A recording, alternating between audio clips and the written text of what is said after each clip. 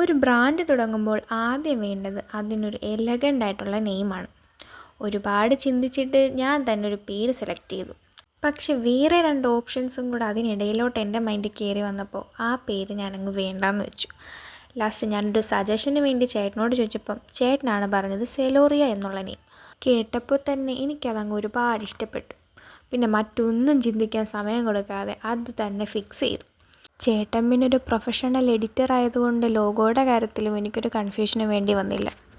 ഈ പേര് ഡിസൈഡ് ചെയ്ത അന്ന് തന്നെ ഞാനൊരു ഇൻസ്റ്റാഗ്രാം അക്കൗണ്ട് തുടങ്ങി അതിൽ പോസ്റ്റ് ഇടാനും സ്റ്റാർട്ട് ചെയ്തു.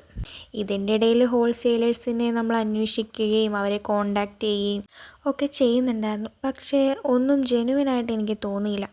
എല്ലാവരും നമ്മളെ ഫോട്ടോ കാണിക്കുമ്പോഴും നമ്മുടെ മനസ്സിനിണങ്ങിയ നമ്മൾ ഉദ്ദേശിക്കുന്ന സാധനം ഒരിടത്തും ഉണ്ടായിരുന്നില്ല. അങ്ങനെ അവസാനം ഡയറക്റ്റ് പോയി എടുക്കാമെന്നുള്ള തീരുമാനത്തിലെത്തി.